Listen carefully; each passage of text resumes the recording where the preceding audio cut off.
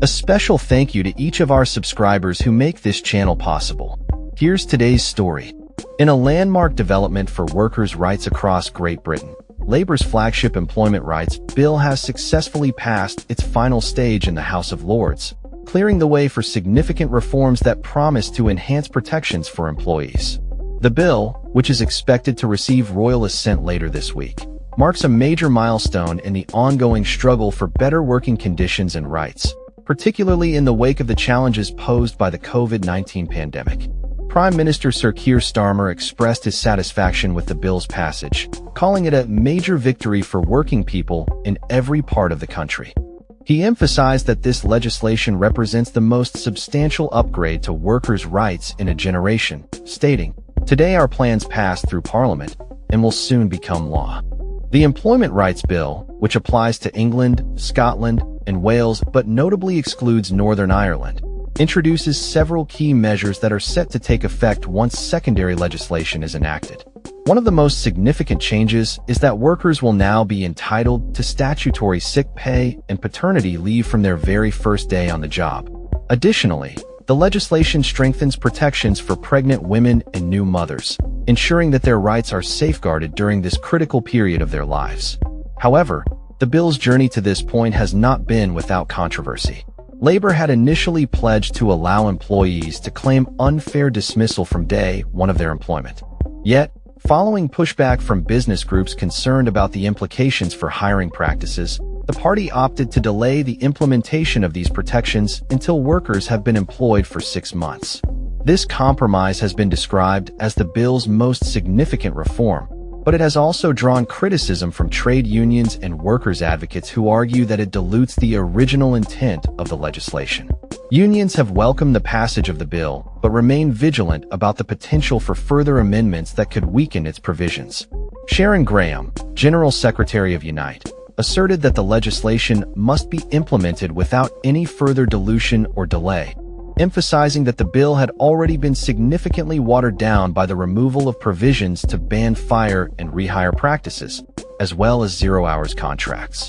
Paul Nowak, General Secretary of the Trades Union Congress, TUC, hailed the vote as a historic day and an early Christmas present for working people across the country.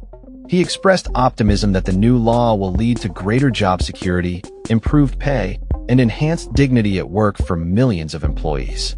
Despite the enthusiasm from labor and trade unions, the Conservative Party has been quick to criticize the timing and implications of the bill. A spokesperson for the party noted the irony that the legislation passed on the same day that official figures revealed a rise in unemployment, which now stands at 5.1%. Shadow Business Secretary Andrew Griffith warned that the bill could impose additional costs on small businesses, potentially freezing hiring and leaving young job seekers at a disadvantage.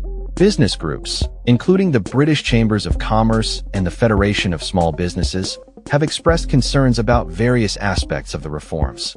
However, they acknowledge that retaining the 6-month qualifying period for unfair dismissal was a necessary compromise that would provide some level of certainty for employers as they navigate the new regulations. Employment lawyers have advised businesses to shift their focus from speculation about the bill's potential impact to preparing for its implementation.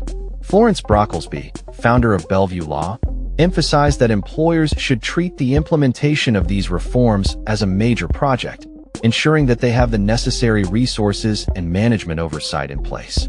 She cautioned that the new 6-month unfair dismissal threshold would necessitate stronger hiring processes and early performance management to mitigate risks. Concerns have also been raised about the implications of uncapped unfair dismissal damages, which could lead to an increase in claims and create apprehension among employers regarding recruitment. Dave Chaplin, Chief Executive of Contractor Calculator, warned that the reforms might discourage permanent hiring among small and medium-sized enterprises, SMEs, noting that the 6-month cliff edge could significantly increase hiring risks. As the Employment Rights Bill moves closer to becoming law, both employers and employees are bracing for one of the most significant shifts in workplace regulation in decades. The real impact of these reforms will unfold as they are phased in, and stakeholders across the spectrum are keenly aware of the potential challenges and opportunities that lie ahead. With royal assent anticipated soon, The focus now turns to the effective implementation of these changes and the ongoing dialogue between the government, businesses, and workers to ensure that the new protections deliver on their promise of improved rights and conditions for all. That's all for this story.